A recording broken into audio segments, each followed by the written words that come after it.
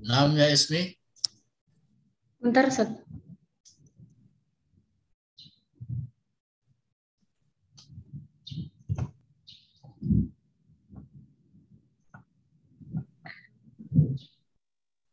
Silakan mulai Ustaz. خلاص بدأنا. يعني الآن دور اسمي. نعم.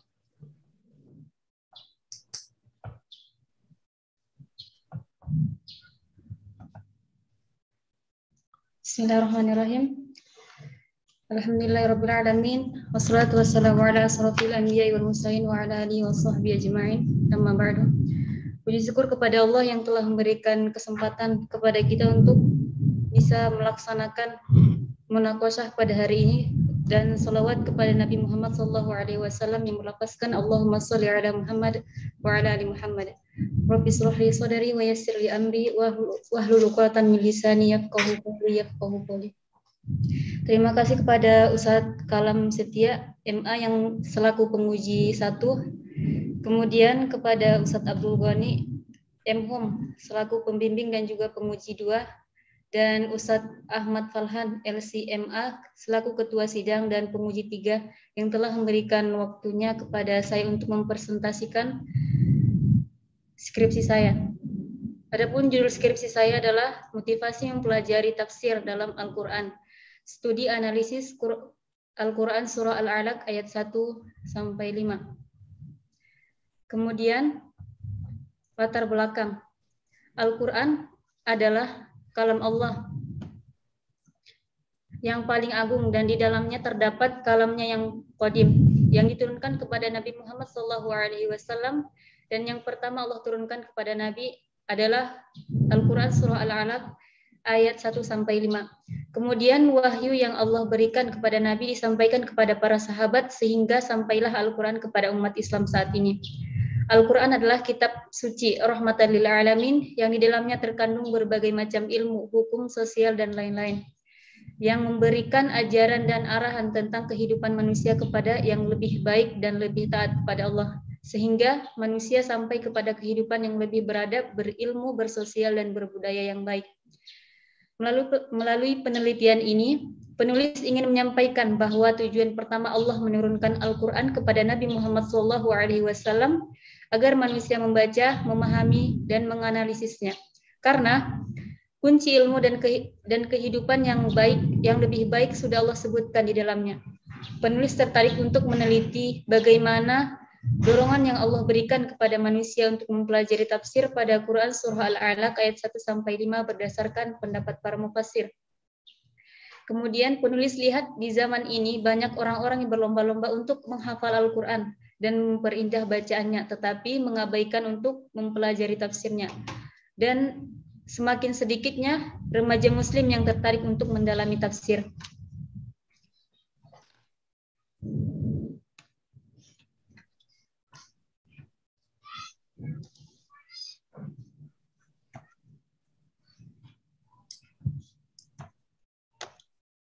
Kemudian rumusan masalah. Yang pertama, apa saja pendapat para mufassir dalam menafsirkan Quran surah Al-Alaq ayat 1-5. Kemudian yang kedua, bagaimana kontekstualisasi tafsir Quran surah Al-Alaq ayat 1-5 dalam memotivasi manusia untuk mempelajari tafsir. Kajian terdahulu yang relevan. Yang pertama dari Ahmad Islahud Daruini dalam judul skripsinya Tafsir Ayat Pendidikan dalam Quran Surah Al-Alaq ayat 1-5 menurut Quraisy Shihab, yang ditulis pada tahun 2018 dari Fakultas Tarbiyah dan Keguruan Universitas Islam Negeri Raden Intan Lampung. Dalam skripsi ini membahas tentang nilai-nilai pendidikan yang ada dalam Al-Quran Surah Al-Alaq ayat 1-5 menurut Quraisy Shihab. Kemudian yang kedua itu Syaiful Ashari dalam tesisnya yang berjudul Nilai-nilai Pendidikan dalam Surah Al-Alaq ayat 1-5 dan relevansinya terhadap pembelajaran, ditulis pada tahun 2019 dari Fakultas Program Studi Pendidikan Agama Islam, nilai program Pasca Sarjana Institut Agama Islam Negeri atau Yeyen Curup.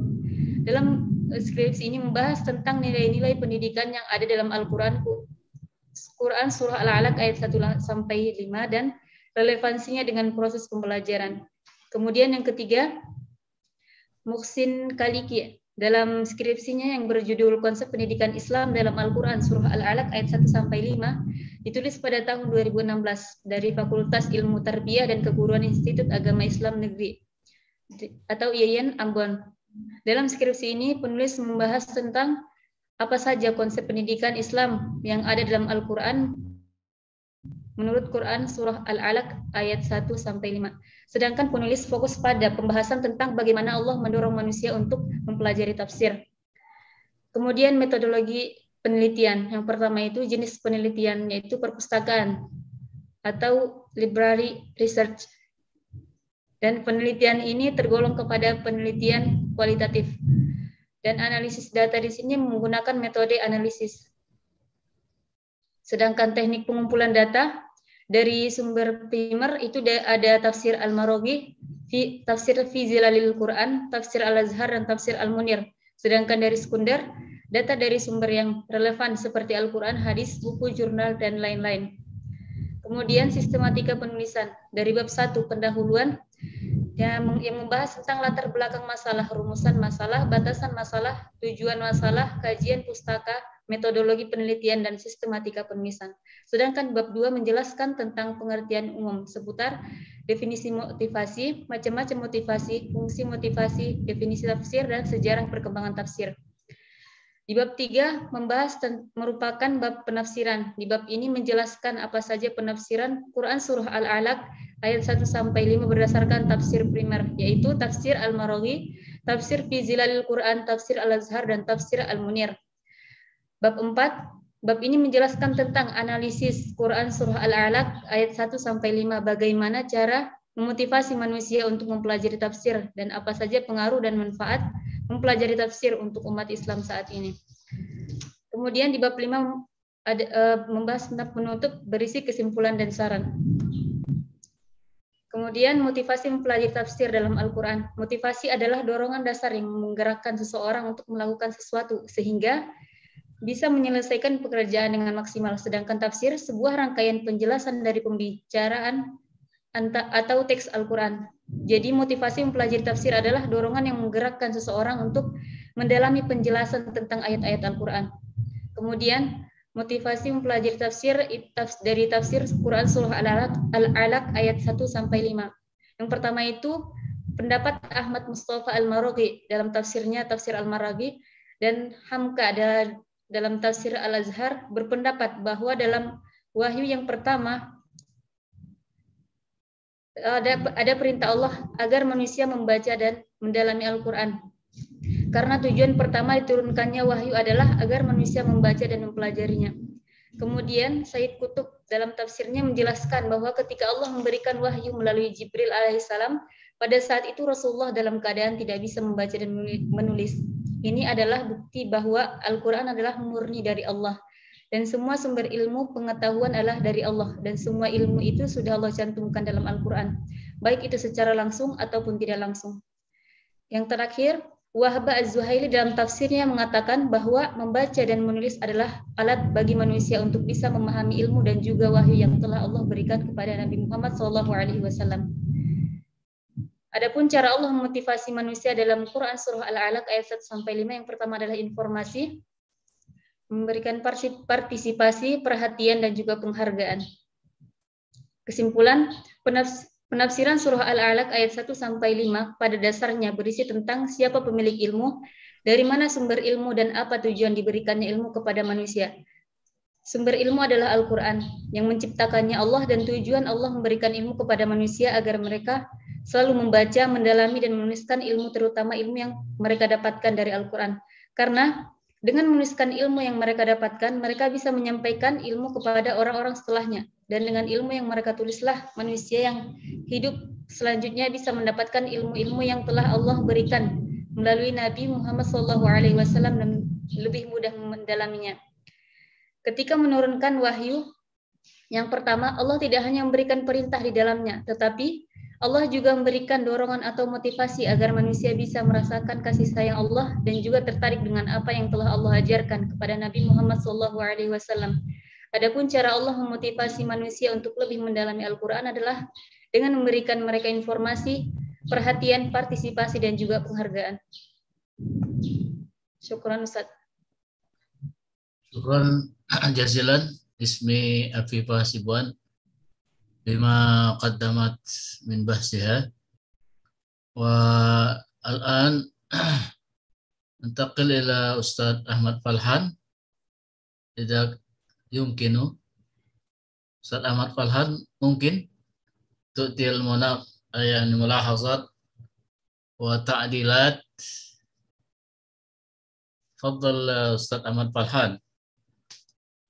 ربما أستاذ أحمد فالحان ما زال فيه عمل أو ربما شبكة غير جيدة. نؤتي فرصة مباشرة إلى أستاذ عبد الغني. تفضل يا أستاذ. ربما أستاذ أحمد فالحان يعني شبكة غير جيدة أو في عمل يعني. ما شاء الله.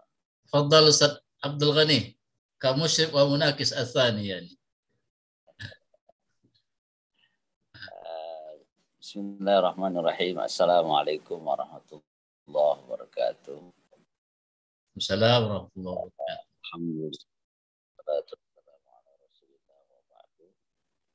Ya, Ukhti ismi Afifah. Allah fiik. Ya, sampai pada tahap munaqasyah pada hari ini, dan tentunya berharap munaqasyah ini menjadi momen untuk terus menyempurnakan, memperbaiki setelah banyak berdiskusi mungkin dengan musyrik atau dengan teman-teman.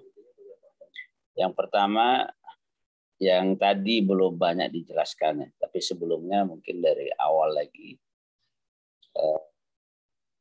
mungkin perlu dielaborasi kembali, disampaikan kembali oleh Ukhti Ismi Afifah bagaimana istidlal, ya, istidlal surat Al-Alaq ayat 1 sampai 5 yang dijadikan sebagai rujukan bahwa di dalamnya ada pesan dari Allah Subhanahu wa taala yang memotivasi kita untuk mengkaji tafsir. Ya, silakan mungkin Ismi Afifah bisa menjelaskan kembali supaya ini kokoh, ya, karena istidlal ini sangat penting. Silakan Ismi. Baik Ustaz. Jadi kaitan antara tema yang saya bahas dengan ayat yang saya jadikan sebagai landasan untuk penelitian ini adalah yang pertama dari tafsir Mustafa Al-Maraghi. Dalam tafsirnya itu menjelaskan dari ayat yang pertama, Iqra' bismi rabbikal ladzi khalaq. Jadi bacalah dengan menyebutkan nama Tuhanmu. Jadi dalam penafsiran Al-Maraghi, Iqra' bacalah dengan menyebutkan nama Tuhanmu. Itu bukan hanya membaca dari apa yang kita lihat saja, tapi yang paling utama di sini adalah membaca Al-Quran. Iqra' itu kan nggak selalu tidak selalu artinya adalah membaca. Iqra' itu bisa meneliti atau menganalisis juga bisa. Jadi bisa juga diartikan sebagai analisislah Al-Quran, bacalah Al-Quran atau pahamilah Al-Quran. Kemudian dari tafsir Sayyid Qutb mengatakan bahwa ketika turunnya wahyu kepada Nabi itu, Nabi dalam keadaan tidak bisa membaca dan menulis. Kemudian sumber ilmu itu adalah murni dari Allah. Sumber wahyu itu adalah murni dari Allah. Dan ilmu itu semuanya sudah dicantumkan dalam Al-Quran. Jadi dari sini, dari ayat yang ke-4,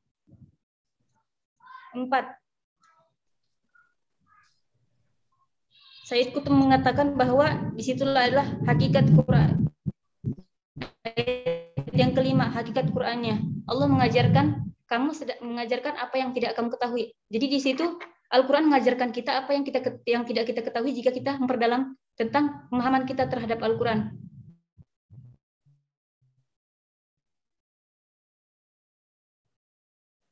Baik. Kemudian Ada nggak penjelasan? Cukup. dari Wahab Az-Zuhaili mengatakan bahwa baik Ustaz. Ya, cukup Ukhti ya.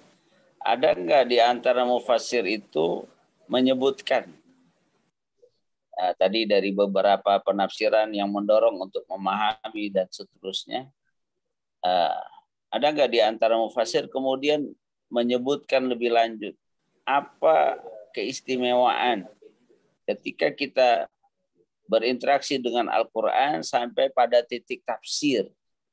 Ada nggak disebutkan? Apa kelebihan, keistimewaan, manfaat ketika kita berinteraksi dengan Al-Quran sampai pada tingkat penafsiran? Ada Ustaz. Itu nanti di tafsir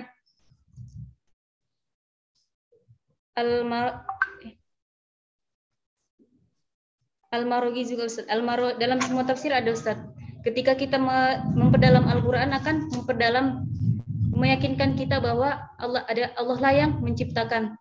Kemudian dengan memperdalam Al-Quran itu akan lebih memperbaiki kehidupan manusia, baik itu dalam hal sosial, budaya, ataupun dalam bidang keilmuan. Dan yang kita rasakan sampai saat ini dari semua aspek itu ada gitu. Misalkan dari bidang keilmuan, jika Allah tidak menyuruh Rasulullah untuk menyampaikan pemahaman Al-Quran kepada para sahabat, mungkin umat Islam saat ini tidak akan memahami Al-Quran dengan pemahaman yang sebenarnya gitu Ustaz. Kemudian dari aspek budaya sebelum diturunkannya Al-Quran itu kan banyak ketidakadilan Ustaz. Dan juga banyak yang manusia yang bersifat tidak manusiawi seperti itu Ustaz. Kemudian setelah datangnya Islam atau setelah turunnya wahyu, Allah memperbaiki semua itu dan menyebutkan itu dalam Al-Quran seperti itu Ustaz. Kemudian dari aspek sosial, sebagaimana disebutkan di buku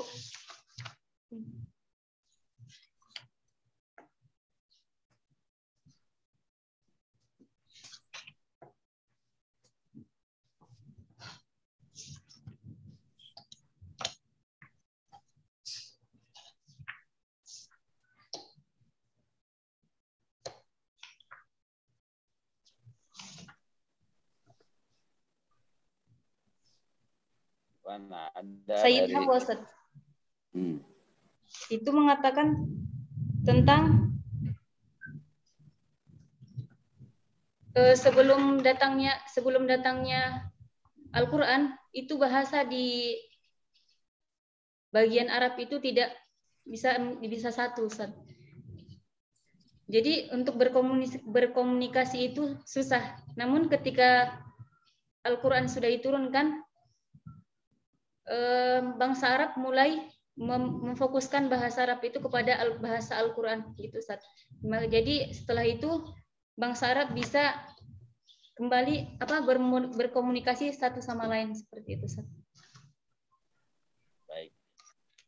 Berarti memang level interaksi dengan Al-Quran hanya pada tilawah atau menghafal itu masih membutuhkan upaya untuk naik ke level berikutnya, pemahaman, di dalamnya ada penafsiran.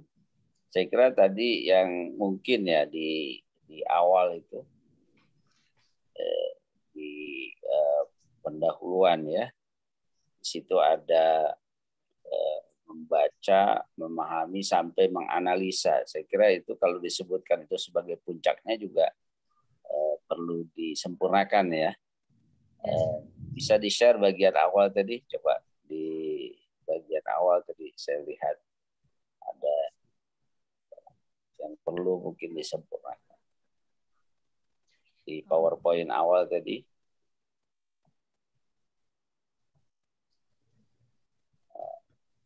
coba bisa diperlihatkan yang kedua. Ya.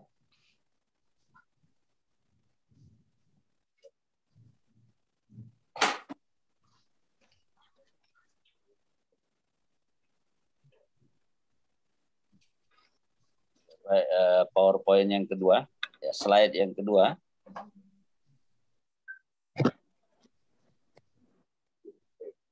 Ya, coba di. Ya. Nah, di sini kan tadi ada sini ya, di paragraf kedua ini. Melalui penelitian ini penulis ingin menyampaikan bahwa tujuan pertama Allah menurunkan Al-Quran kepada Nabi Muhammad agar manusia membaca, memahami, dan menganalisisnya.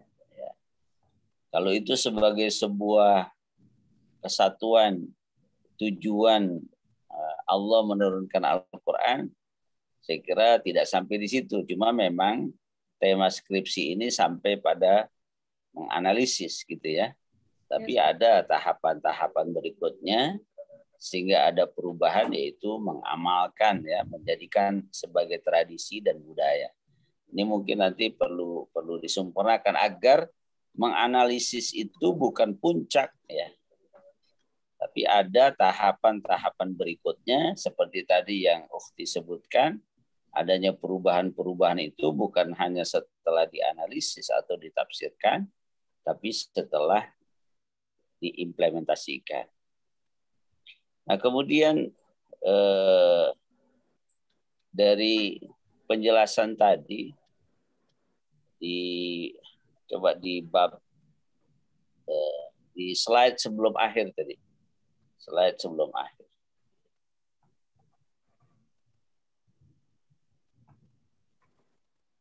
Ya. Nah, ini mungkin perlu dijelaskan ini. Cara Allah memotivasi manusia. Memotivasi apa ini? Ini kan predikat yang memotivasi manusia. Memotivasi apa begitu ya? Ini butuh dua objek berarti kan? Motivasi manusia. Nah, ini perlu dijelaskan nih maksudnya apa nih? Informasi, partisipasi, penghargaan, perhatian. Nah, mungkin bisa dijelaskan singkat oleh Ukhti supaya kita bisa menangkap. Silakan. Ya, Ustaz. Jadi yang di sini adalah cara Allah memotivasi manusia, surah Al-Alaq ayat 1 sampai 5.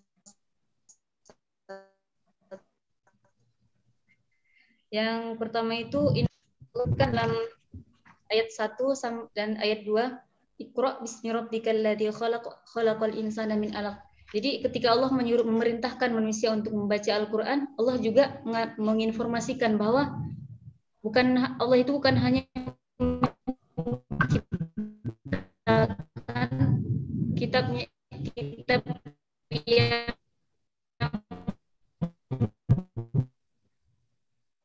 mungkin perlu ditutup share screen-nya, bisa dijelaskan. Kayaknya nih jaringan internetnya kurang bagus. Ditutup share screen-nya kemudian dijelaskan. Perintahkan untuk dibaca oleh manusia tetap. Baik, Ustaz. Jadi saya ulangi, Ustaz. Yang pertama itu dari informasi, Ustaz. Dari informasi itu yang pertama itu dari ayat pertama dan kedua. Iqra bismi rabbikal ladzi khalaqal insana.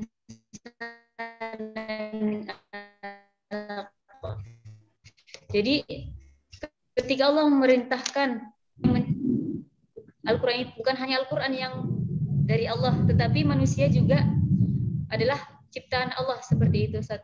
Jadi tidak ada alasan untuk manusia untuk membantah apa yang diperintahkan oleh Allah. Kemudian dari penghargaan yang Allah berikan kepada manusia itu dari ayat 5-nya, Ustaz. Allah mengajarkan apa yang tidak kamu ketahui. Jadi ketika seperti hadis Nabi Muhammad Sallallahu Alaihi Wasallam yang disebutkan oleh Wahb Az-Zuhaili dalam tafsirnya, barang siapa yang mengamalkan ilmunya maka Allah akan memberinya ilmu mengenai apa yang belum ia ketahui.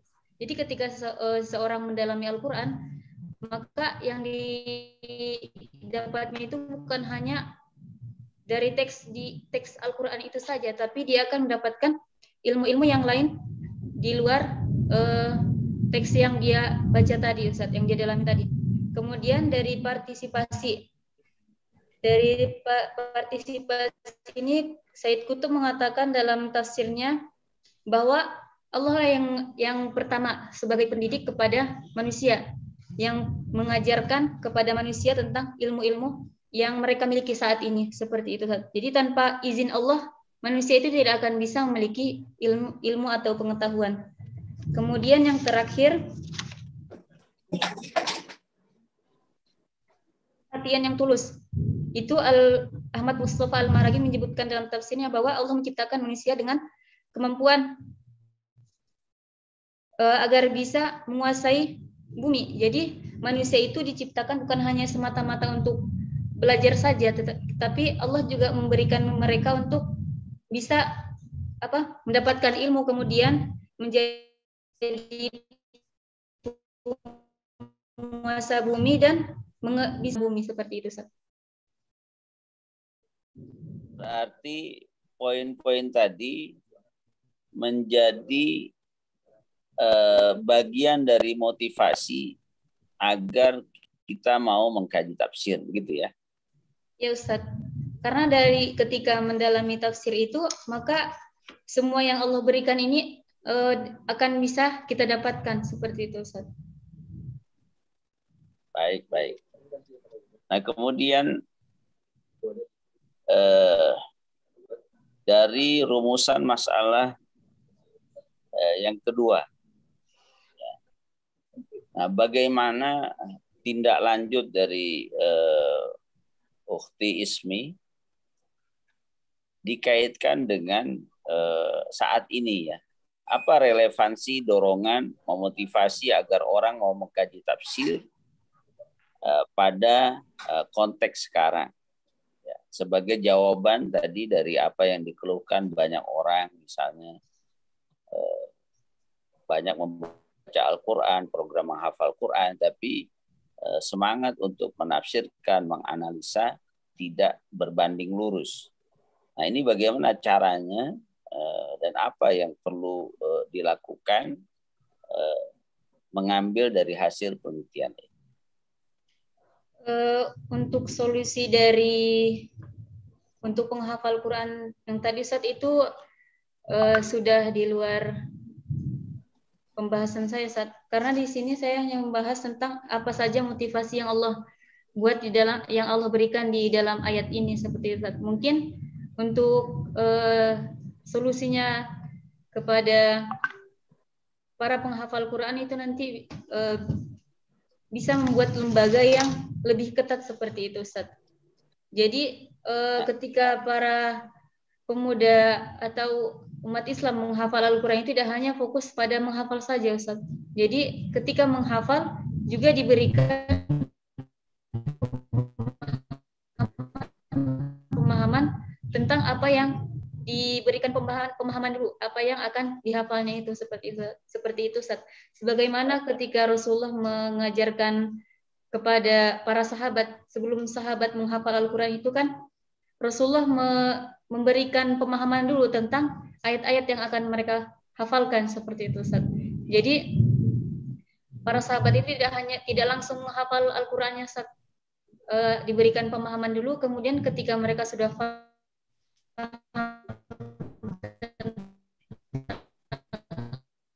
apa makna ayat itu, baru mereka diizinkan untuk menghafalnya, seperti itu, Ustaz.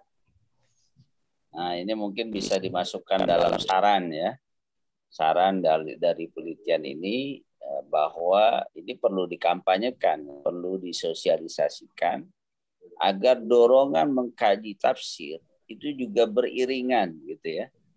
Kan kalau kita lihat lembaga-lembaga yang concern dengan memperbaiki bacaan Al-Quran, kemudian concern dengan hafalan Al-Quran ini kan menjamur luar biasa. Tapi tidak sebanding dengan perkembangan lembaga-lembaga yang concern dengan tafsirnya gitu ya. apalagi concern dengan mengamalkannya. Saya kira 2 tahap akhir ini yang cukup urgent. Nah, ini bisa dimasukkan dalam saran barangkali ya dari penelitian ini, bahwa perlu ada upaya mensosialisasikan, mengkampanyekan dari hasil penelitian ini agar animo untuk menggarakan program tafsir Al-Quran ini sejalan atau beriringan dengan animo menyelenggarakan program tahfiz dan tafsir. Itu saja mungkin Ustadz. Masya Allah, jazakumullah khairan Ustadz. Kalam, bisa berjumpa lagi setelah di mana kemarin ya, di FUI ya. Ustadz Falhan, barakallahu fikum, jazakumullah khairan ya. Assalamualaikum warahmatullahi wabarakatuh.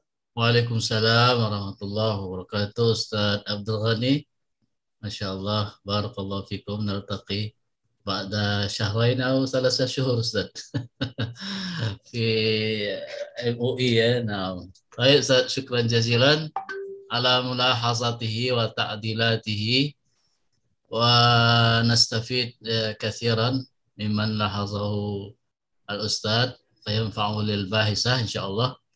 والآن ننتقل إلى أستاذ أحمد فالحان يعني للملاحظة والتعديلات. فليتفضل مشكورا يا أستاذ المكرم والمحترم، الوقت إياه. باللغة الإندونيسية أيوة، باللغة العربية. لا بأس، كلاهما يجوز. الباحثة تتقن لغتين بل 3 لغات. البحث أشكر لفضيلة الأستاذ كلام Setiapurba الذي قد أتاح لي فرصة غالية قيمة لأقوم بمناقشة هذه الرسالة في هذا البحث. تعذر علي أن أحضر في الموعد المقرر يعني لظروف مانعة. طيب الآن أريد أن أسأل وممكن أقترح بعض الأشياء في هذا البحث. Coba ini, saya tadi sempat mendengar dari Anti itu, jadi sebelum turunnya Al-Quran, di posisinya di mana itu tadi? Jadi orang Arab kurang bisa berkomunikasi dengan baik gitu. Saya dengar tadi nanti ngomong gitu. Itu gimana itu? Yes, apa ininya analisa? Ya. Coba dijawab. Bentar.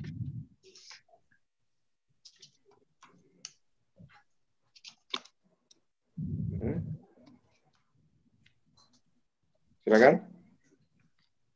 Yes.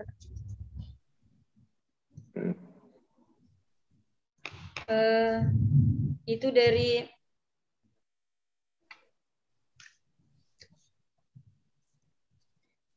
ya, gimana? Itu saya dapat dari buku sejarah sebelum peradaban Islam. Jadi di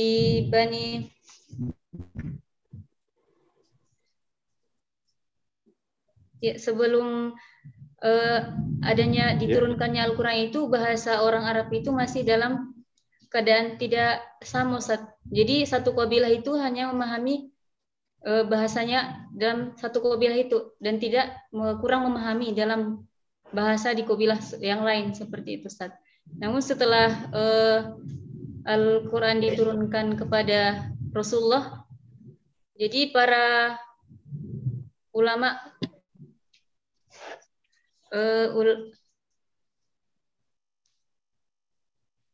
atau para pemuka memfokuskan bahasa mereka kepada bahasa Al-Quran seperti itu, Ustaz. Jadi ya, kalau yang saya pahami itu, jadi ketika zaman Sayyidina Utsman itu ditulislah Mushaf Utsmani. Itu Ya, Ustaz.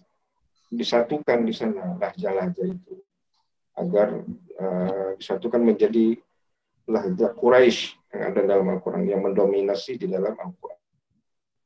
Itu salah satu pendapat yang mengatakan. Ada juga pendapat yang lain mengatakan itu di dalam Al-Quran tetap ada lahjah-lahjah yang lain, dialek-dialek yang lain, itu mewakili semua dialek. Itu Mushaf Utsmani. Ada beberapa pendapat yang mengatakan begitu. Ya. Cuman kalau anti mengatakan apa namanya itu, orang Arab itu tidak memahami satu sama lain, enggak begitu, ya. Nah, apa ininya, dalilnya, nah, di mana letak ininya? Kalau itu sumbernya mengatakan begitu. Saya Ya. ambil dari buku Kalau Al-Quran mengakomodir semua dialek dalam bahasa Arab, iya. Itu apa namanya, Mushaf Utsmani itu. Ada yang mengatakan begitu. Mengakomodir semua dialek-dialek yang ada di dalam sab'atu ahruf. Namanya sab'atu ahruf. 7 dialek besar. Nah, itu ya. Dan bahasa Arab pada saat itu adalah apa namanya itu, disebut dengan asrul ihtijaj lughawi, menjadi hujjah bahasa itu, bahasa yang paling fasih itu di zaman jahiliyah itu, sampai zaman Sadrul Islam, sampai zaman Umayyah, sebelum terjadinya pergesekan dengan bahasa-bahasa lain setelah Futuhat. Saya baru dengar itu orang Arab tidak saling memahami satu sama lain itu. Kalau tidak saling memahami dan bertengkar, iya, dalam konteks itu. Tapi kalau bahasa, dari mana sumbernya itu yang saya tanyakan. Sedangkan mereka itu selalu mengatakan pasar-pasar, itu di sana saya dibacakan syair Arab.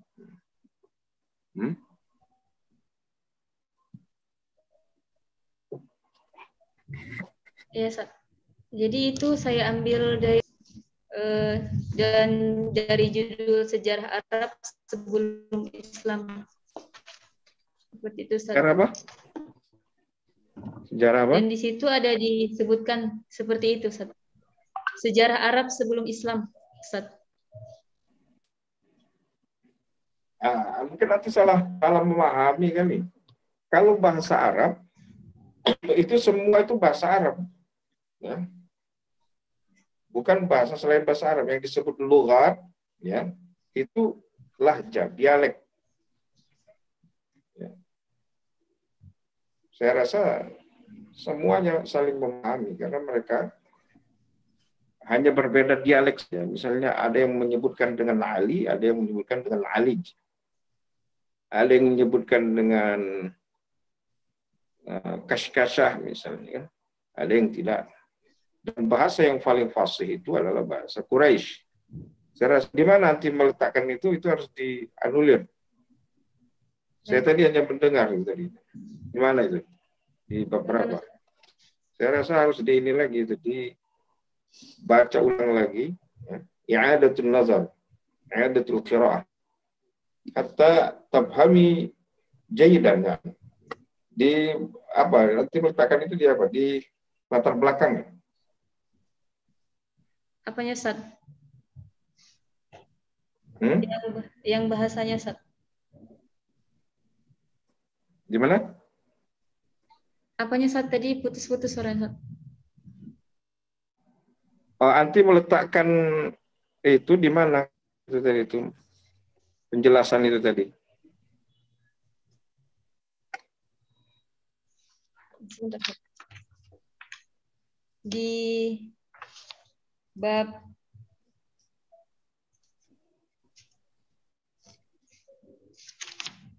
4, Ustaz. Sebentar. Oke.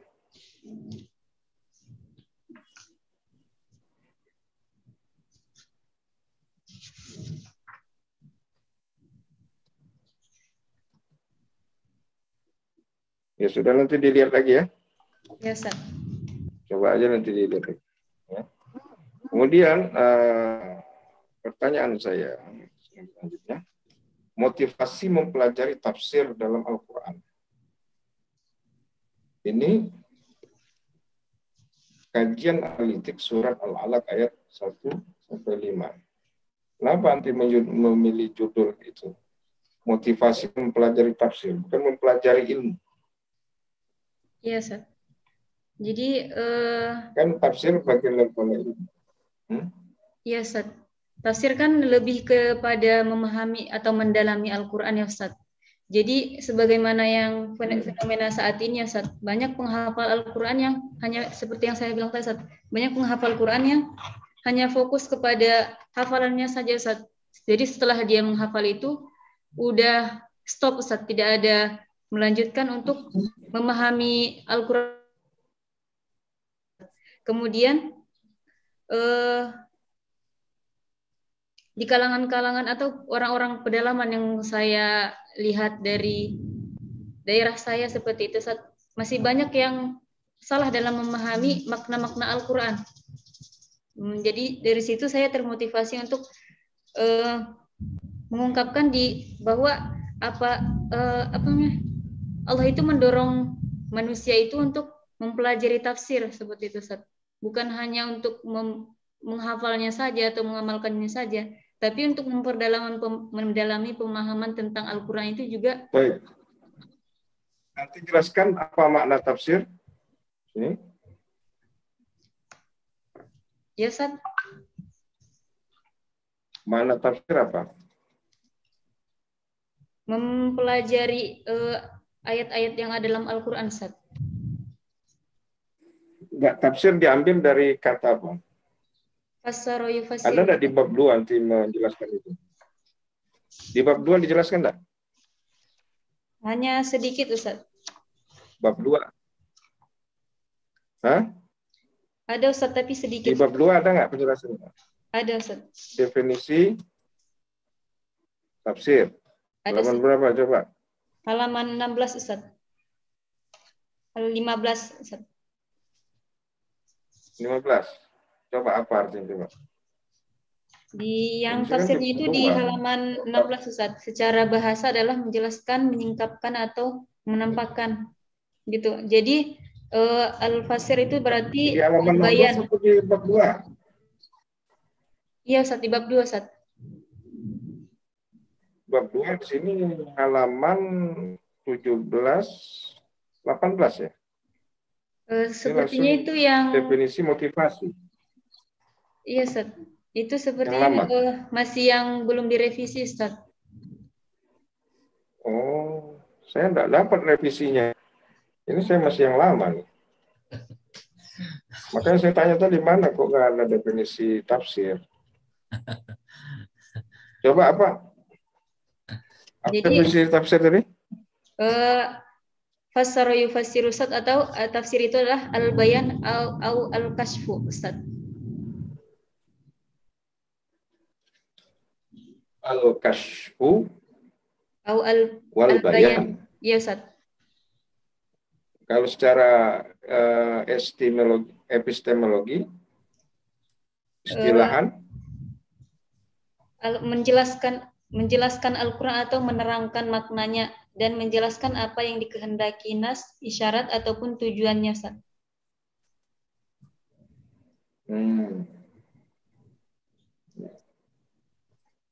Nanti sebutkan itu ya di definisi ya. Iya, Ustaz. Secara istilah, kemudian merujuknya kemana itu? Merujuknya itu masih ke metodologi tafsir Quran, Ustaz, yang ditulis oleh Weli Dozan sama Muhammad Turmizi.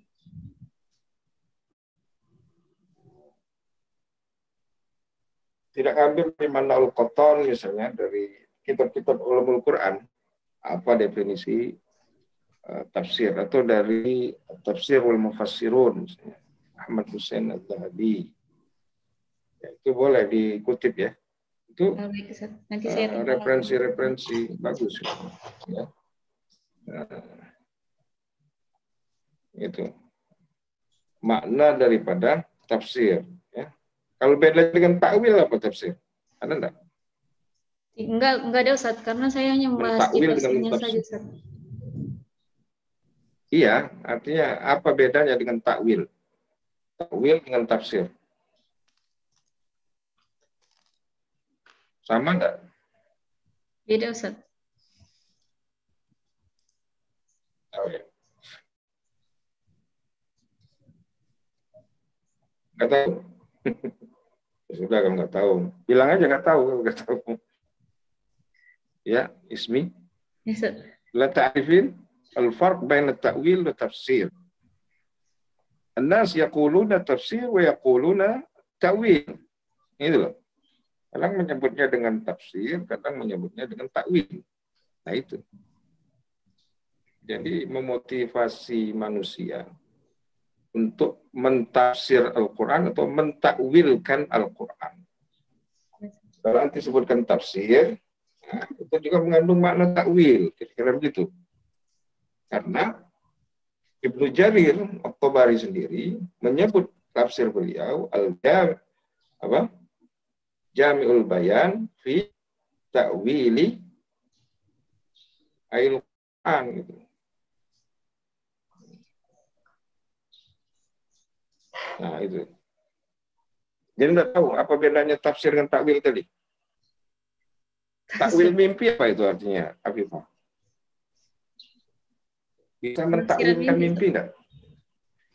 Pernah Ustaz. Katanya itu berarti sama berarti ya, tafsir dan takwil. Kenapa Ustaz? Berarti sama dong tafsir dengan takwil. Beda Ustaz. Apa bedanya coba? Sedikit coba bedanya. Kalau tafsir itu tentang keterangan atau uraiannya Ustaz. Kemudian kalau takwil itu berarti mengembalikan kepada mengembalikan kepada tujuannya seperti itu. Atau menerangkan maksud dari tujuan yang tadi Ustaz.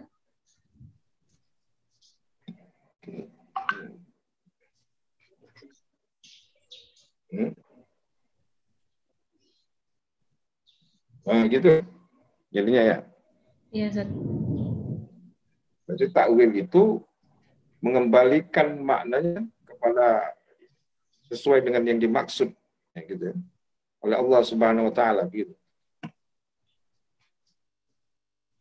Nah, kalau tafsir, keterangan atau menguraikan. belum tentu sesuai dengan menguraikan. Ya. Oke, nggak apa-apa. Ini pengen tahu aja pemahaman. Kalau metodenya apa nih? Metode apa? Metode tahlili Ustaz. Pakai metode apa? Tahlili Ustaz. Tahlili aja. Iya Ustaz. Maudhu'i tidak dipakai. Enggak Ustaz. Maudhu'i juga. Ini nanti kan menyebutkan di judulnya kajian analitik surat. Tapi dari judulnya ini saya rasa ini ada ini juga ini. Namanya tematik, kan tematik nih. Saya boleh ditambah kajian tematik analitik gitu. Iya, Ustaz. Yang sudah saya revisi itu studi analisis surah Al-Alaq ayat 1 sampai 5, Ustaz. Jadi udah diganti, bukan analitik lagi, Ustaz. Diganti jadi studi analisis, Ustaz. Oh, jadi udah beda ya. Coba anti share aja lah, share ini yang sudah berubah. Ini yang dikasih sama Saripudin yang ini saya. Coba share. Sebentar, Ustaz. Share ini, share file. Share di situ aja di Zoom.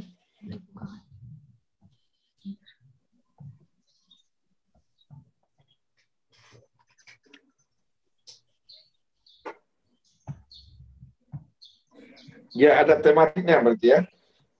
Kan berarti ada metodenya tematiknya, tematik dulu.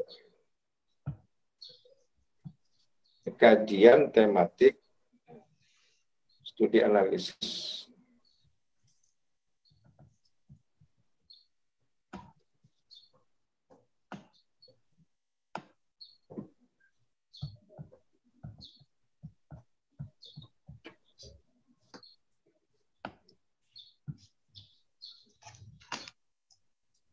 Paling atas, judul.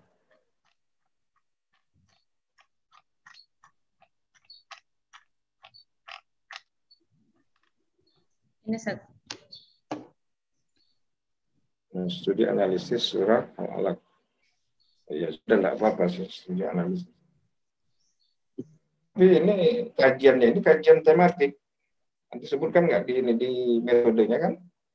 Jadi bukan hanya menganalisa saja, tapi bukan hanya tahlili, tapi juga tematik. Karena dari judulnya kan tematik ini, motivasi mempelajari tafsir dalam Al-Quran, ini masih dalam kerangka tematik. Gitu. Ya, maudhu'i ya, mendekati terjemahnya tematik lah, maudhu'i. Dan itu ada penjelasan panjang tentang kajian maudhu' itu ya. Baik, Ustaz. Ya. Mempelajari. Nah, kemudian di dalam surah Al-Alaq ini yang mana yang jelaskan motivasi mempelajari tafsir itu yang mana? Kenapa, Ustaz? Oh, poin-poinnya di mana dalam surat Al-Alaq itu? Iqra. Terus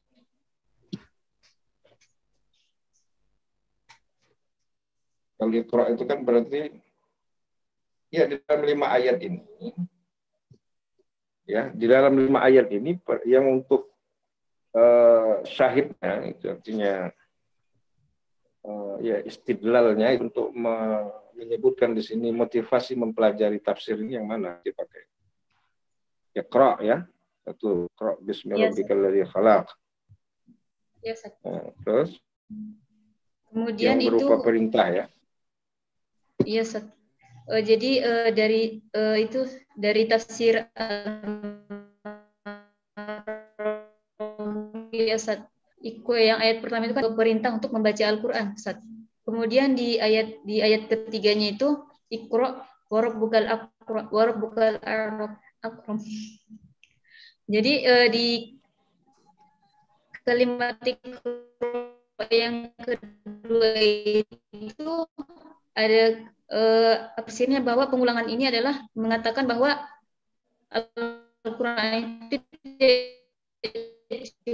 hanya dibaca sekali saja atau dipahami sekali saja, Ustaz. Lebih memahami atau lebih bisa mendapatkan ilmu yang lebih banyak dari Al-Qurannya, Ustaz.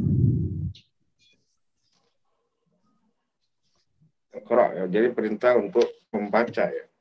Ya, Ustaz. Berarti lebih pada apa itu? Literasi ya. Ya. Untuk banyak membaca, menggali ya. Iqra bismi rabbikal ladzi khalaq, khalaqal insana min 'alaq. Iqra wa rabbukal akram. Mungkin kalau kita korelasikan wa rabbukal akram itu ketika kita mengkaji Al-Quran, kita harus betul-betul tawadhu, harus meletakkan diri kita betul-betul tawadhu di hadapan Al-Quran. Jangan begini mengkaji Quran itu. Artinya jangan semau-maunya saja menafsirkan Al-Quran kan? Ya, betul. Iya, Ustaz. Jangan secara arbiter Betul, saja gitu, Quran. Kan? Itu dijelaskan. Ada, Ustaz, saya jelaskan di bab 4, Ustaz. Jadi ketika seorang muslim ingin mendalami Al-Quran, jika dia bukan seorang mufassir, dia tidak boleh menafsirkan Al-Quran itu secara sendiri, Ustaz. Jadi harus di situ ada qawaidnya, patokan kepada guru yang betul-betul. Nah, sekarang pertanyaan saya, Ismi, syarat-syarat untuk menjadi seorang mufassir itu apa saja coba?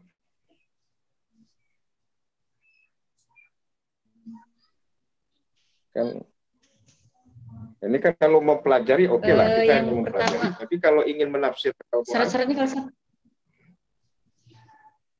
itu harus, yang pertama itu dia seorang yang berakal, Ustaz. Kemudian bisa dalam mahir dalam berbahasa Arab. Kemudian menguasai ilmu nahwu sorofnya, Ustaz.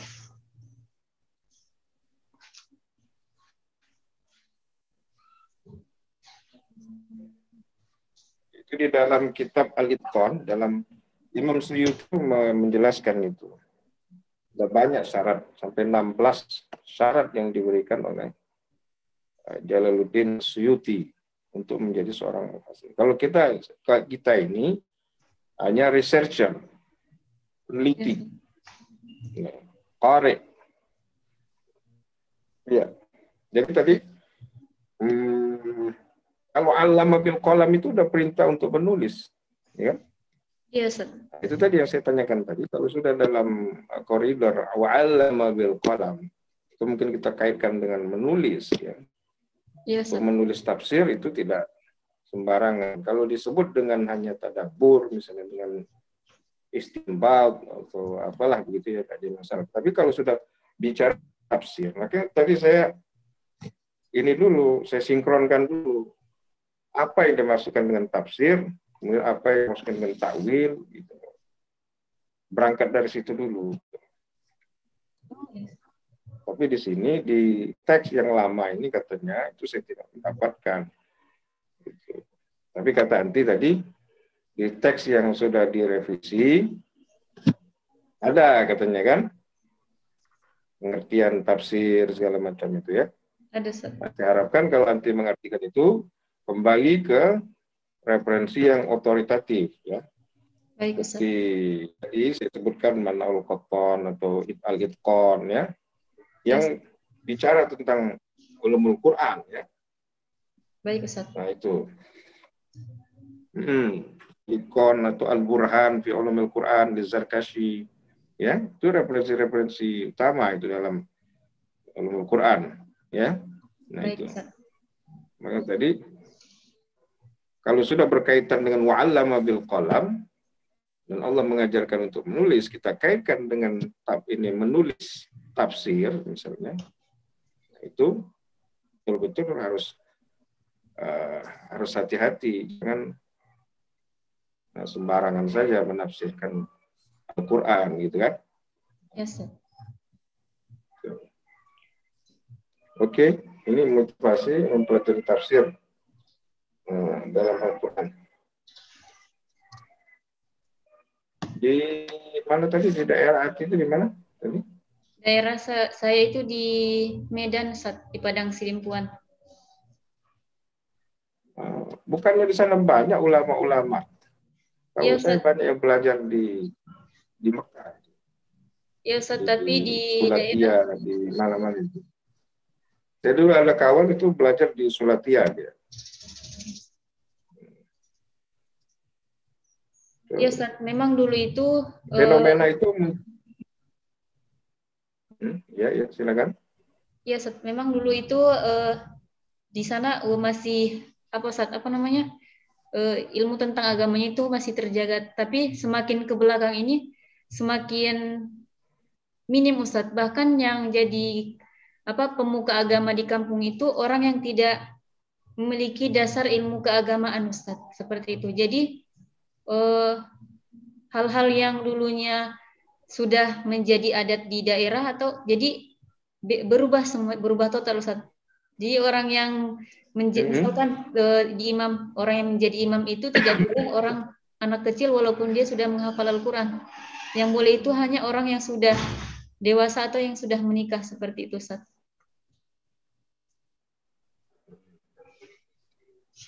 Ya, gitu ya. Bagus ya. Saya coba melihat lagi ini.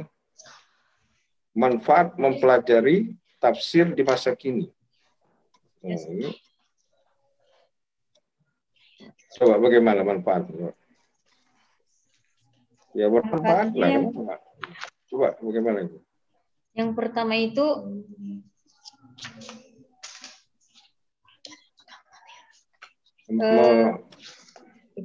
pemahaman Al-Quran lebih dalam. Ya, terhindar dari kesesatan dunia, Ustaz, yang pertama. Jadi dengan memperdalam tafsir itu lebih jadi meluruskan kepada akidah-akidah yang sudah menyalahi tadi, jadi bisa lebih lurus lagi Ustadz, seperti itu.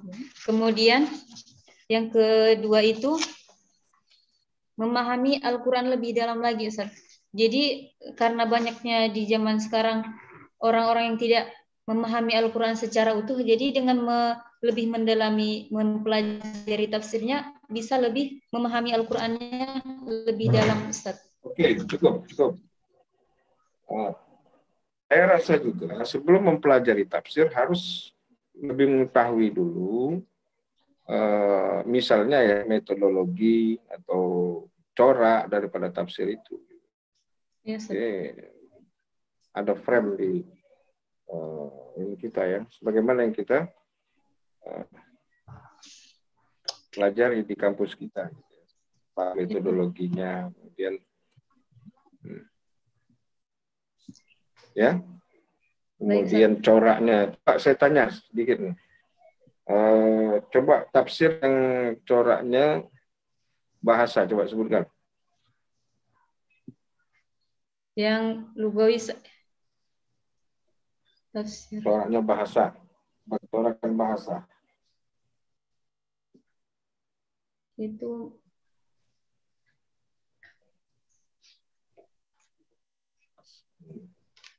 yang lugawi. Nah, ini coba ya. Nah, belum tahu ya. Nah, itu nanti ya. Itu. Tafsir bil ma'thur, coba yang mana yang tafsir bil ma'thur coba. Ya karena kajiannya tentang tafsir gitu. Ya, Ustaz. Yang tafsir bil ma'thur itu kalau yang dari yang tafsir yang saya ambil itu ada yang pertama itu dari Said Qutb Ustadz, itu ada metodenya bil ma'thur. Kemudian yang Al-Maraghi itu bil ma'thur dan bil ra'yi, Ustadz. Yang bil ma'thur apa? Bil ma'thur itu yang menafsirkan Al-Quran itu sesuai dengan Al-Quran. Bukan, maksudnya tafsir. Kenapa, ya, Ustaz? Contoh tafsirnya tafsir apa? Tafsir Al-Maraghi, Ustaz, ya. Dari kalau misalkan dari 4 yang saya ambil, tafsir yang 4 itu yang saya ambil, yang saya jadikan rujukan itu yang pertama Al-Maraghi. Al-Maraghi itu kan metodologinya bil ma'thur dan bil ra'yi, Ustaz. Kemudian yang paling terkenal itu yang bil ma'thur, bil Al-Maraghi itu malah lebih condong kepada bil ra'yi, bukan bil ma'thur. Lebih banyak ke bil ra'yinya kalau Al-Maraghi. Iya, Ustaz. Kalau Al-Manar, bagian yang ditulis oleh Rashid Ridha itu memang banyak kepada ma'thur. Tapi sebelumnya yang dari surah Al-Baqarah sampai An-Nisa itu ceramah pengajian-pengajian Syekh Muhammad Abu itu lebih kepada logika. Kalau Al-Maraghi lebih banyak ke bil ra'yinya. Nah, coba apa lagi yang bil ma'thur apa? Yang bil ma'thur itu yang lebih terkenal, yang paling terkenal itu di At-Tabari, Ustaz.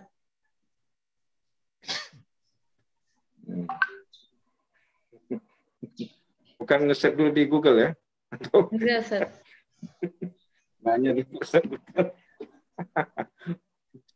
Ya. Ini coba di halaman 60 itu, saya lihat ini ya. Saya memberikan ilustrasi dalam bukunya, buku sejarah tafsir Quran. Sejak zaman dahulu. Ini nomor 80. Itu Sirbasi. Tapi di sini catatan katanya Badruddin Ulumul Quran. Tapi anti menyebut Ahmad Sirbasi. Kalau nggak sinkron gitu. Di halaman berapa, Ustaz? 60. 60 paragraf terakhir.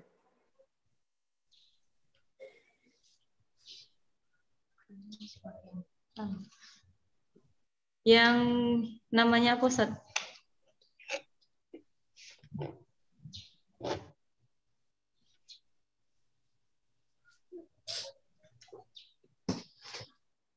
Halaman 60.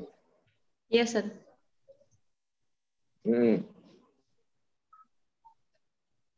Kok Alti menyebut Asyirbasi, Amal Asyirbasi, tapi di catatan kakinya bukan Asyirbasi itu.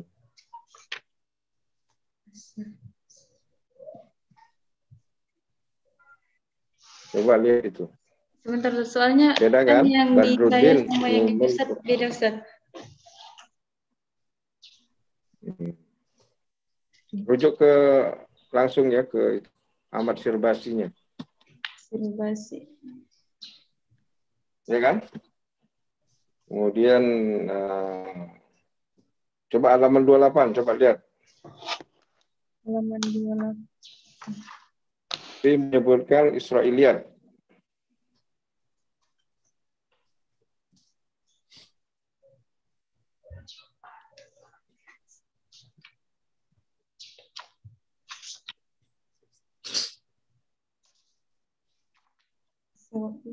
Ini nih. Sesudah generasi tabi'in tafsir kemudian dikembangkan lagi oleh tabi'in. Ahmad Mustafa Al-Maraghi menyebutkan periode ini ada periode penghimpunan tafsir di masa sahabat dan tabi'in. Adapun ciri-ciri tafsir yang berhasil dikembangkan pada masa tabi'in adalah sebagai berikut. Tafsir Al-Quran mulai disusupi oleh kisah-kisah Israiliyat yang dilakukan dengan sistem hafalan. Israiliyat itu paham ya? Insya Allah, Ustaz. Apa Israiliyat? Israiliyat itu kisah-kisah terdahulu ya, Ustaz. Kisah-kisah yang didapat dari kitab, Ustaz.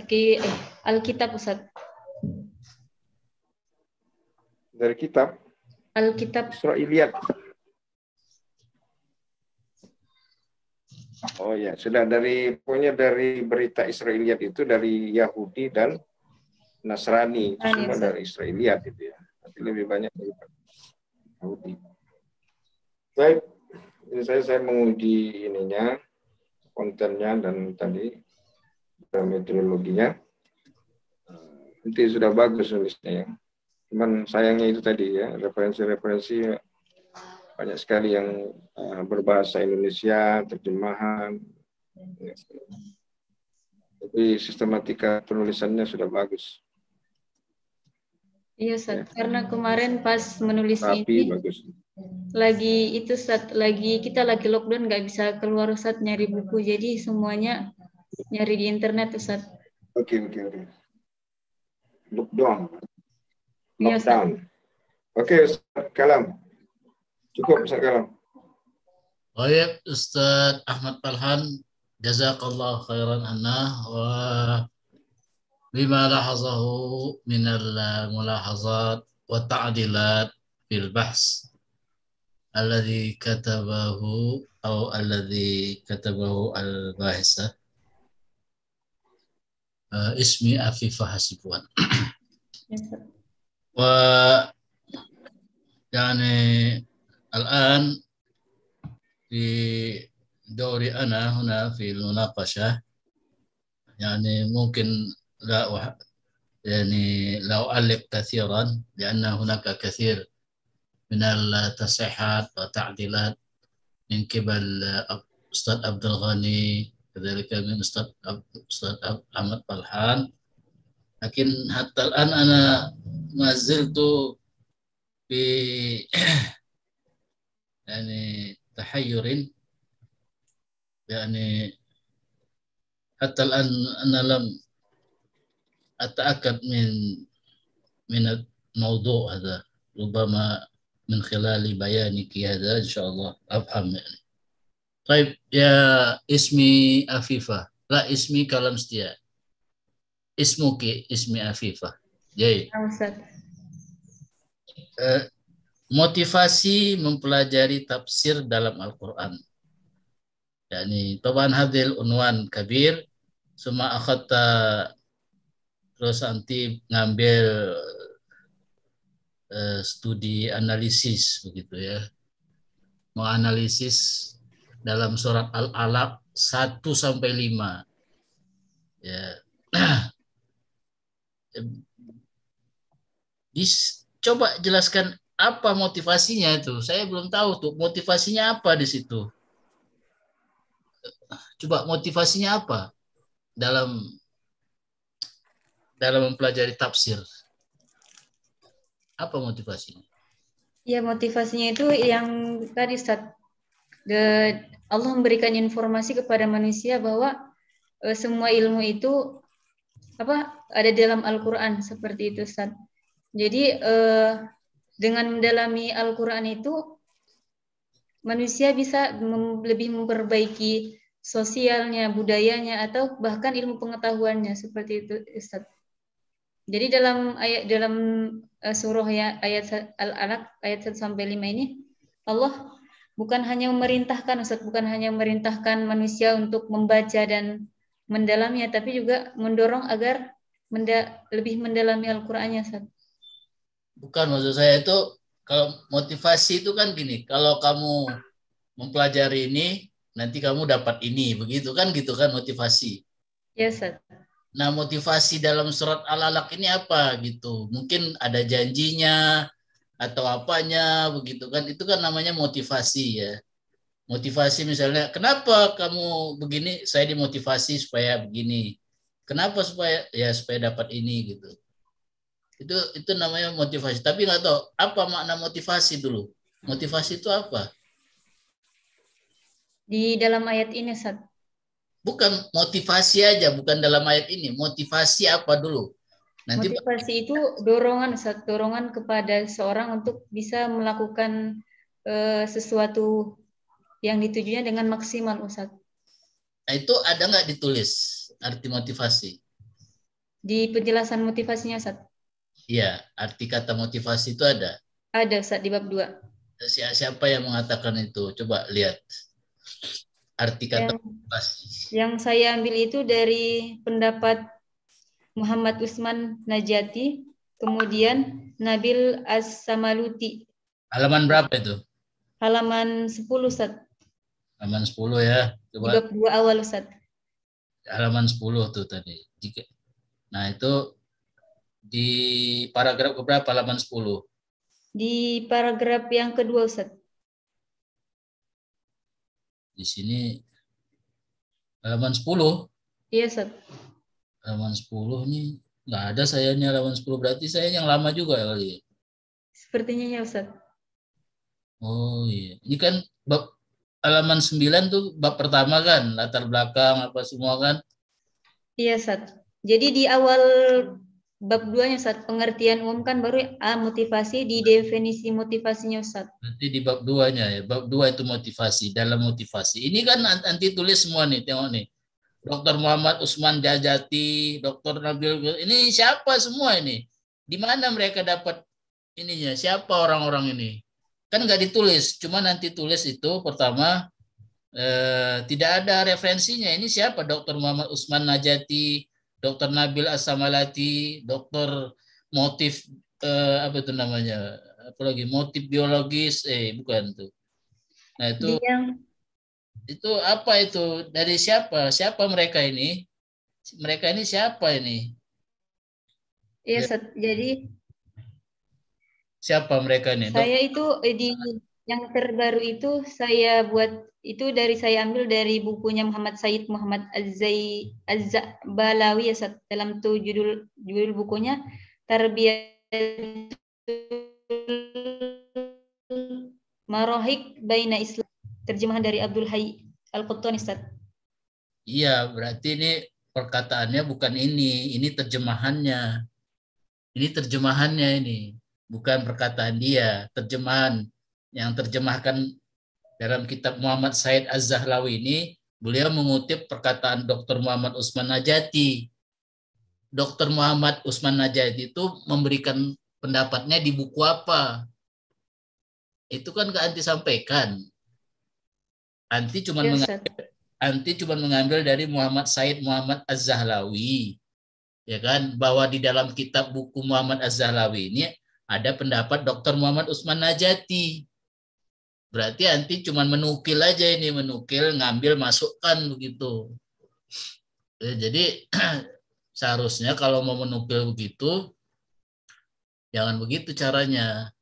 Jadi kita nggak tahu nih, ini Dr. Muhammad Usman Najati ini siapa, di mana dia berpendapat, apa pendapatnya, kan kita nggak tahu. Terus di situ Dr. Nabil juga kan, ini bukunya di mana dia tulis ini pendapat dia ini.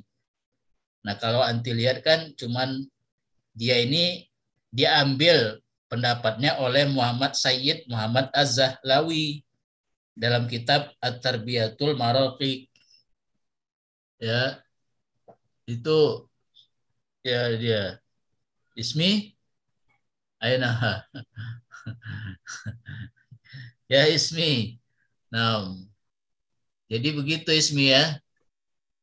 Kalau mau ngambil, nanti rujukan di awalnya dulu. Kalau nggak dapat, baru dibuat. Bahwa dalam kitab Muhammad Syahid Muhammad Zahlawi, beliau mengutip pendapat dari Dr. Muhammad Usman Najati, begini. Beliau berpendapat dalam bukunya begini. Begitu disebutkan, begitu ya. Jangan diborong semua, gitu ya. Nah ini maksud saya seperti itu. Jadi dari situ nanti kita bisa tahu makna motivasi itu apa, begitu. Nanti baru dikaitkan ke surah. Ada nggak kalau kita ngambil pendapat Dr. Muhammad Usman Najati bahwa motivasi itu adalah kekuatan penggerak yang mengembangkan vitalitas pada diri makhluk hidup, ya, menampilkan perilaku, mengarahkannya ke satu atau berapa tujuan tertentu. Kira-kira dalam ayat ini mana ayat yang menjadi penguat penggerak? Ya, penguat penggerak. Itu kan motivasi, kekuatan penggeraknya mengembangkan vitalitas pada diri makhluk. Oke, nanti Ukti nggak ngambil pendapat itu, pendapat dari Dr. Nabil misalnya. Dr. Nabil mengatakan motivasi adalah kondisi internal fisik, mental, fitrah maupun perolehan yang merangsang pelaku menentukan jenis dan orientasinya. Ya. Nah, nanti dari pendapat motivasi ini mana di dalam ayat itu yang membuat orang termotivasi? Itu dia maksud saya, ya. Karena kan motivasi dalam mempelajari tafsir dalam surah Al-Alaq ayat 1 sampai 5. Nah, kira-kira di ayat yang 1 sampai 5 ini mana ayat motivasinya? Itu maksud saya ya. Maksud saya itu gitu. Berdasarkan pendapat dari Dr. Muhammad Usman Najati bahwa motivasi itu adalah ini. Nah, baru dicocokkan ke ayat. Nah, ayat ini mengandung motivasi karena begini sesuai penafsiran dari beberapa mufassir. Ya kan, kalau nggak ada motivasinya, itu kan cuma penjelasan membaca. Motivasinya apa di situ? Coba Ismi. Motivasinya sesuai dari makna ini. Apa motivasinya di situ? Misalnya apa kira-kira Ismi? Jadi sesuai dengan dari tafsiran Wahbah Az-Zuhaili ya Ustaz. Ketika memperdalam Al-Quran itu balasannya di ayat yang ke-5 Ustaz. Apa ayatnya? Jadi, ketika kita mendalami Al-Quran itu maka kita akan diberikan ilmu yang baru Ustaz. Maksudnya ilmu yang belum kita pahami seperti itu Ustaz. Gimana tuh maksudnya? Nggak ngerti ya. Maksudnya apa itu? Maksudnya gimana itu? Di ayat kelima itu. Jadi ketika kita ya Ustaz? Tadi kan katanya di ayat kelima itu motivasinya apa? Yang mana ayatnya? Coba sebutin ayatnya dulu, ayatnya. Ayatnya itu alamal insana ma lam ya'lam Ustaz. Baik, alamal insan ma la ya'lam. Itu motivasinya, ayat motivasinya. Ya Ustaz. Ayat motivasi. Sesuai enggak ayat motivasi itu dengan yang dijelaskan tadi itu? Apakah ayat ini sebagai penggerak orang untuk belajar tafsir atau bukan tafsir? Secara umum saja. Secara umum. Ya, belajar umum. Jadi bukan cuma tafsir saja gitu.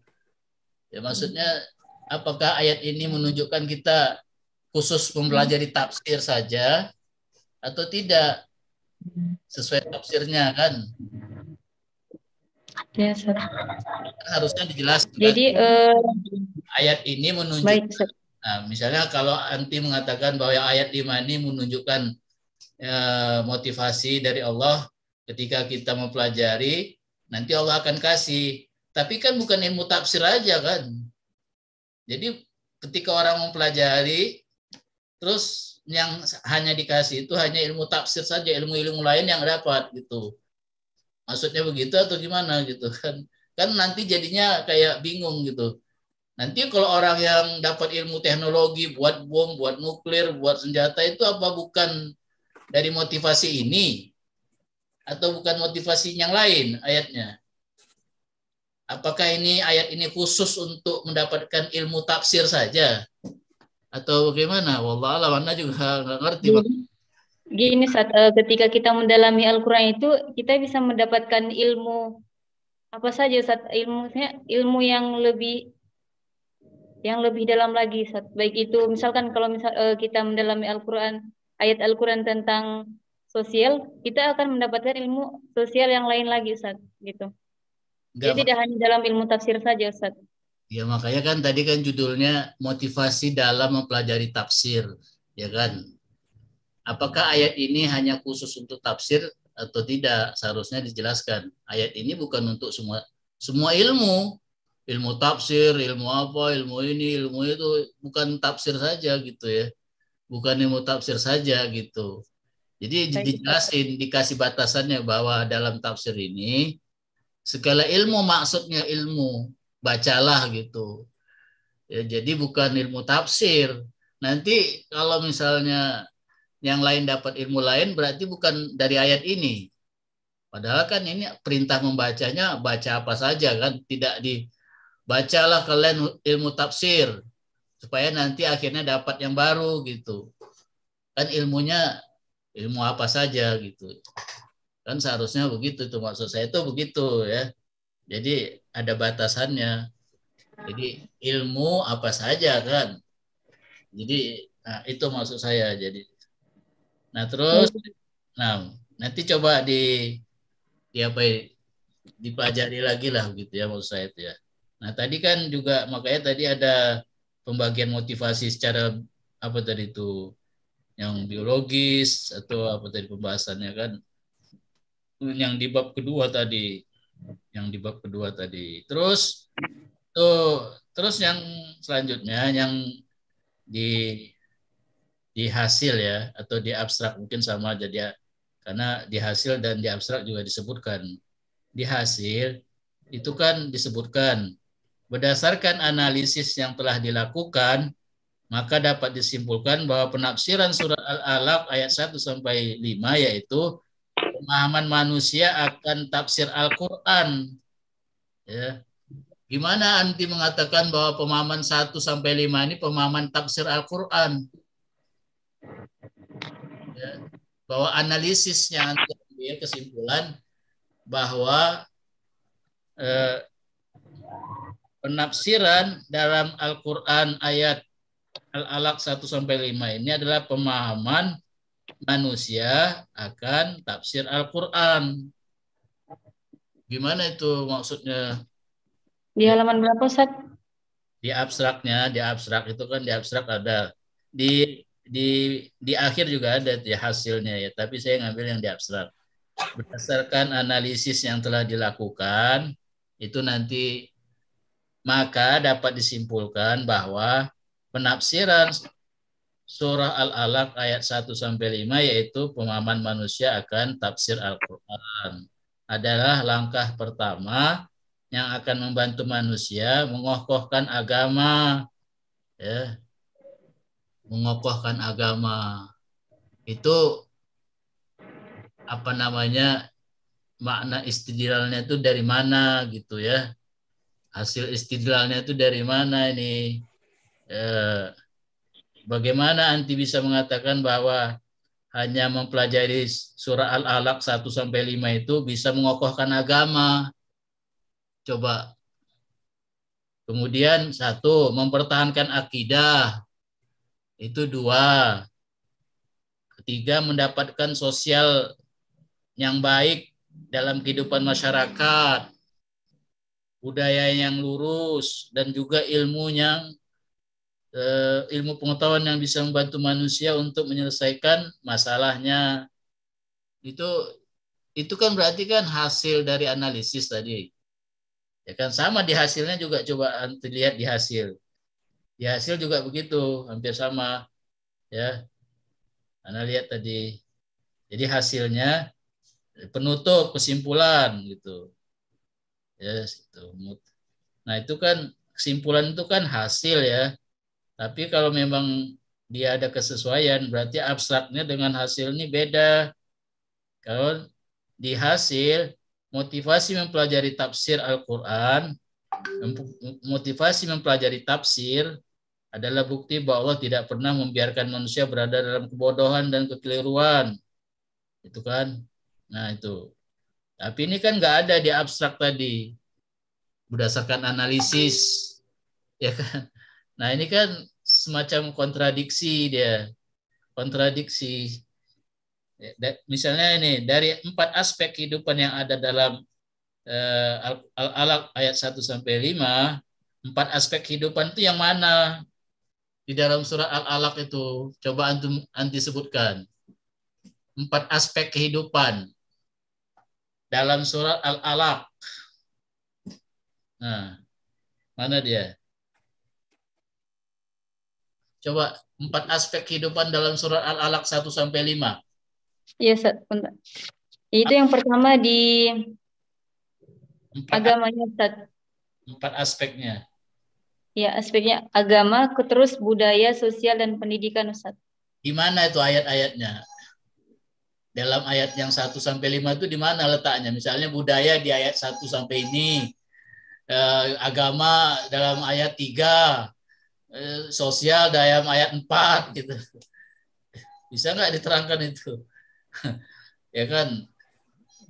Coba diterangkan di mana ayat yang menunjukkan tentang budaya, ayat yang menunjukkan agama gitu. Ya kan, jadi tahu. Coba ada nggak di situ ayat yang menunjukkan tentang aspek agama di ayat itu? Ya.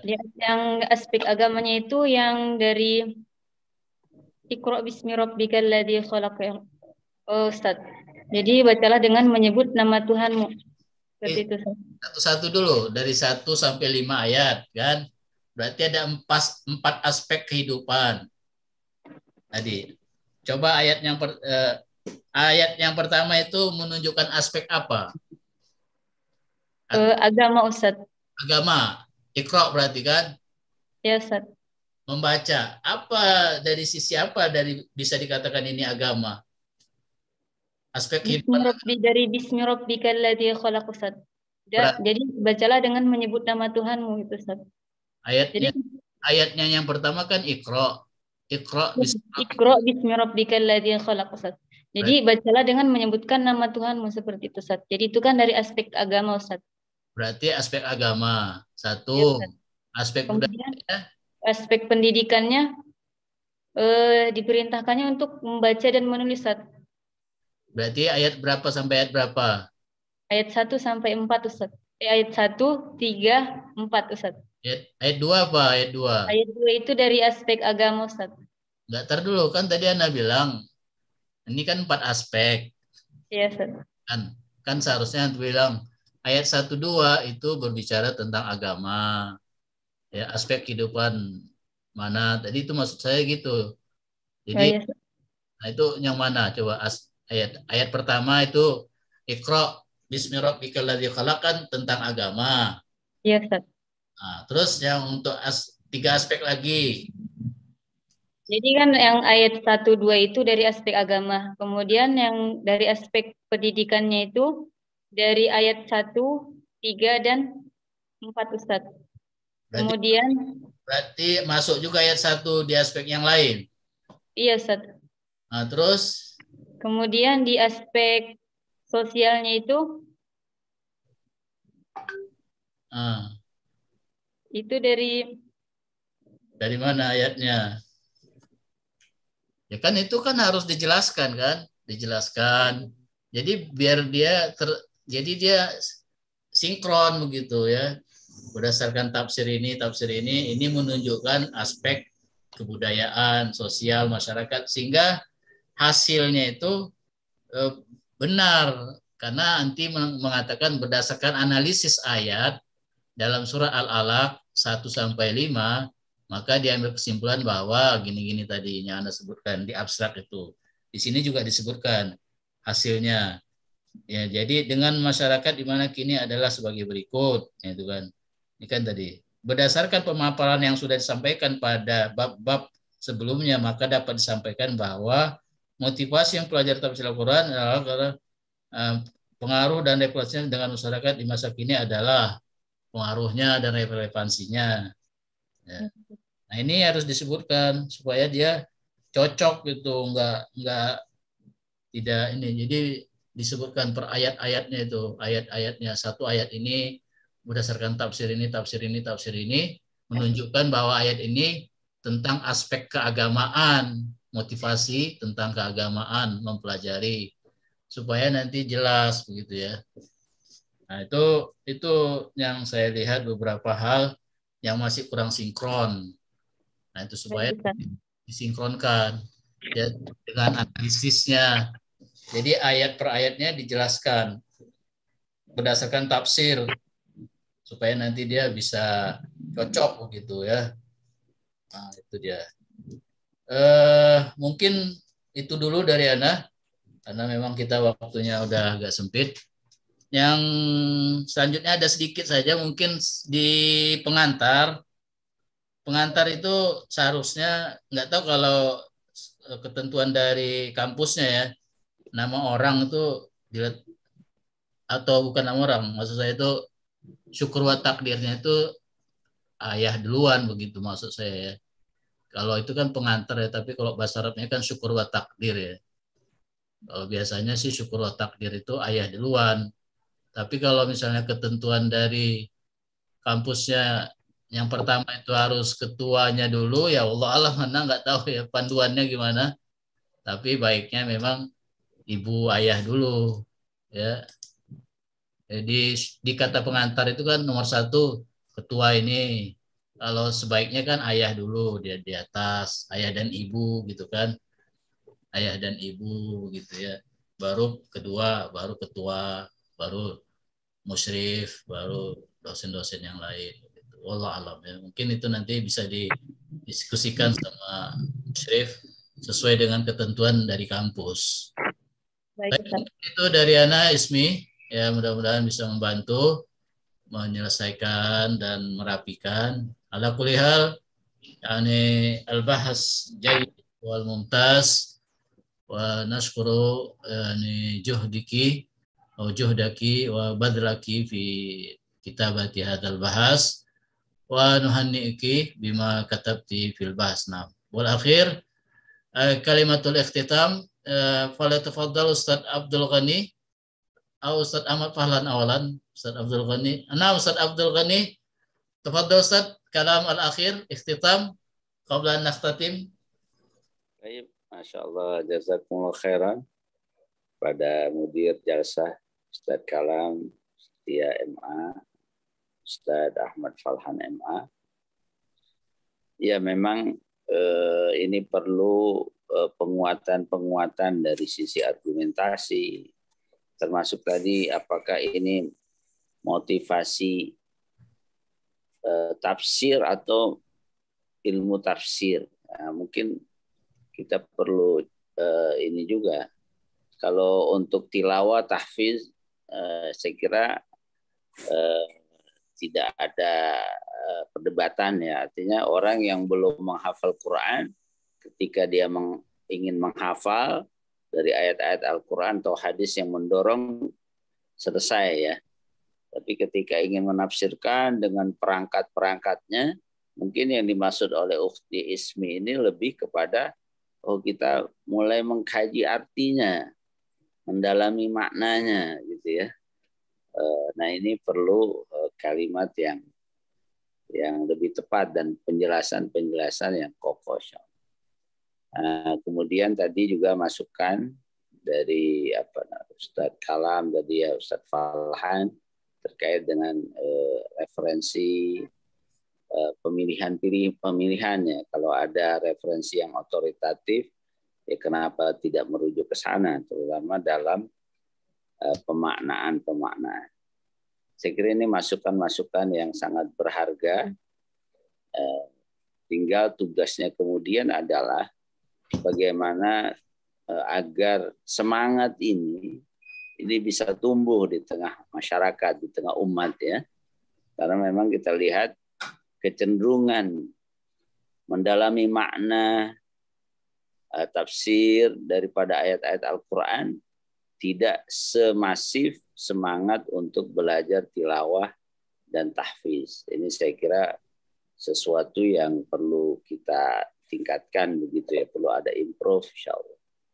Nah ini mungkin hal yang bisa saya sampaikan ya. Barakallahu fiik ukhti Ismi, jazakumullah khairan pada Ustadz Kalam Setia MA dan Ustadz Ahmad Falhan MA atas segala masukannya insyaallah. Ya, itu saja Ustadz. Jazakumullah khairan. Assalamualaikum warahmatullahi wabarakatuh. Warahmatullahi wabarakatuh. Syukran jazilan Ustadz Abdul Ghani Al-Majistir. Baik, tafadhal Ustadz Ahmad Falhan Al-Majistir. Kalam al-ikhtitab. Naam Ustadz. Naam. Muhanni at-talibah ismi Afifah ala ma badalat min juhdiha wa juhudiha fi inha kitabatil bahth. Alhamdulillah. Dan yang paling terpenting adalah segera melakukan revisi dan mengumpulkannya segera mungkin. Jazakumullah khairan. Assalamualaikum warahmatullahi wabarakatuh. Okay. Syukran jazilan Ustaz Ahmad Falhan. Baik, tafadhali Ismi kalimat al-akhirah. Naam, qabla naqtatim. Baik Ustaz. Terima kasih kepada Ustadz Ahmad Falhan LCMA dan selaku penguji 3, kemudian Ustadz Abdul Ghani selaku pembimbing dan juga penguji 2, dan Ustadz Kalam Setia Purba MA selaku penguji 1. Semoga dengan sidang ini saya bisa lebih memperbaiki skripsi saya dan lebih mendalami lagi dan memperkuat argumen-argumen dan referensi di dalam skripsi saya.